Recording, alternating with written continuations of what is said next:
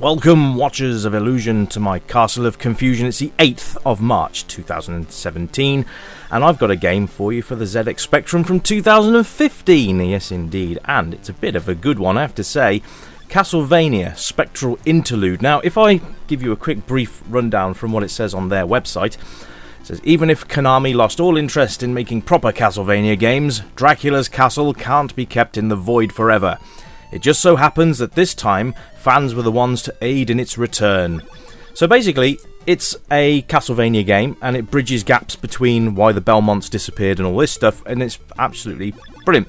It's billed as a arcade sort of action-adventure platformer with elements of RPG, which, as you can see here with the speech things, that's kind of where that hits in.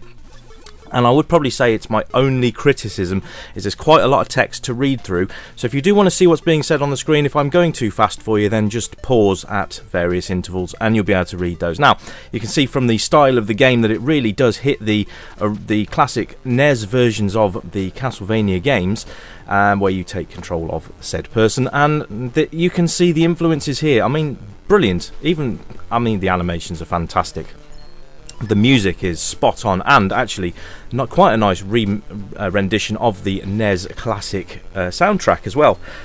Now, if I look at the features list, it features more than 150 game screens, including hidden rooms, which is absolutely amazing. You've also got 10 enemy types and unique bosses as well. Upgrades can be sorted with shops and that, built-in game map, 2 difficulty levels, soundtrack with 12 songs, and the lost story explaining the disappearance of the Belmonts from later Castlevania games. Now, that's all on their website. If you go to spectralinterlude.com, you can find there, you can even find the game download, play it through emulation, or you can actually buy it for your ZX Spectrum itself. Make sure it's a 128K though, because this is not designed for the 48. I think the 48 would kind of cough and fall over if it tried to actually do this. Absolutely brilliant. The music was done by, I'm really sorry if I don't pronounce this right, because I'm really not sure about the little annotations and stuff in people's names. Vladimir Tugay, I think, is, or Darkman 007. Graphics by Alexei Golubtsov. Really sorry if I've pronounced those wrong, but you can check out all of this stuff on their website, so I really recommend that you do so.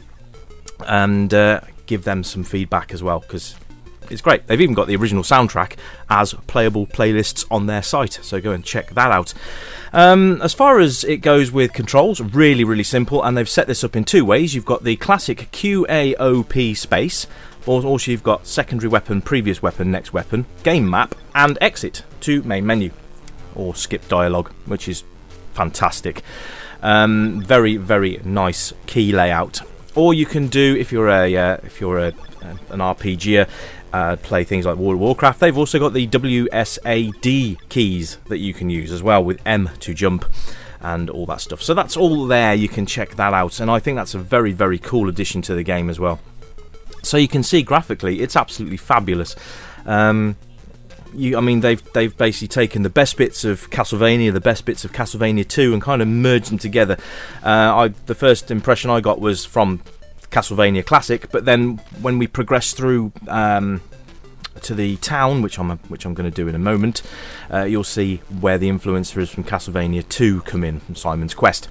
But look at it, the layouts are gorgeous, animations are really nice, it scrolls nicely. The only thing I've got to say really, and it was the same with sort of Pac Land on the Spectrum, you've got to be really close to the edge of the screen before it scrolls, so you've got to hope that nothing's there that's going to jump out at you and knock you on your backside. Difference is you do have a health meter on this, which you can see above, which is great. So you can you collect coins from the enemies as they die, and then you can use those coins to upgrade your arsenal. So you can buy your holy water, you can buy your boomerangs, that kind of thing that you had in the other Castlevania games as drops. You can now purchase in the store, which is great. So it's not hard to actually gain this. You can see I've already got 29 coins from these skeletons, which you can see in the top right hand corner of your screen. Animation on this is absolutely phenomenal. I love this animation, it's so smooth, and even when you've got 3 or 4 bad guys on the screen at the same time, there's absolutely no slowdown, which is a godsend when it comes to a specky title. You probably noticed before that these things do tend to slow down when you've got a lot of stuff going on at any one time. But no, this doesn't slow down at all, not that I've noticed anyway. So we've got to go into the town now before we can head back left and go through the other bits. Here we are in the town now. You can see now that this is where the RPG elements come in. You can talk to anybody on the streets. I don't think you can go through doors that are closed, so I think we've got to go and find a door that's open. I love the sort of the RPG element. I think that really sets it apart from other Castlevania games, which is great. From my knowledge, Konami aren't involved in this at all, but you know, I've got to take my hat off to these guys because they've done an absolutely brilliant job with this. See, I don't have 300 gold, so I'm going to tell him no. I believe you can whip the candlesticks. Let's see if we can do that in a moment, because that's classic Vania as well. There we go. Now, the only thing I haven't found out how to do is upgrade the whip. Obviously, with that, you could do that in the original games by whipping candlesticks, and they would drop for you. But in this game, it's done differently. I'm not sure how yet. Maybe you buy the upgrades later on. I really don't know. But here we go. There's a shop inside here. So you have to hold up or Q to get in there, which is really nice. Very, very simple. I love the little NPCs as well, wandering about. They make it a really nice addition to the game as well. Absolutely brilliant. The talking parts aren't that bad, actually. It's just there's quite a lot to read. I don't think it'll do you any harm to skip. I'm not sure. So here we are: Silver Dagger, Holy Water, Golden Cross, Battle Cross, Purifying Fire, and Magic Clock. All of which you would probably recognise from the classic Vania series anyway, especially like the Magic Clock and the Holy Water. So all of those are now purchasable, which we don't have really enough money for anyway. So we're going to exit out and whip the candlesticks because we can. There. So. But I love the fact they've kept faithful to the original animations from the NES games as well. I mean, it's just absolutely brilliant. Yes, you can't fall in the water, so you've got to find another way around there, which is great fun. I love the fact that you really have to think about where you're going to go in this game as well. It's not just so cut and clean as to sort of, you know, go where you want. It does warn you as well if you try and go to places that you're not really ready for. It will warn you about that.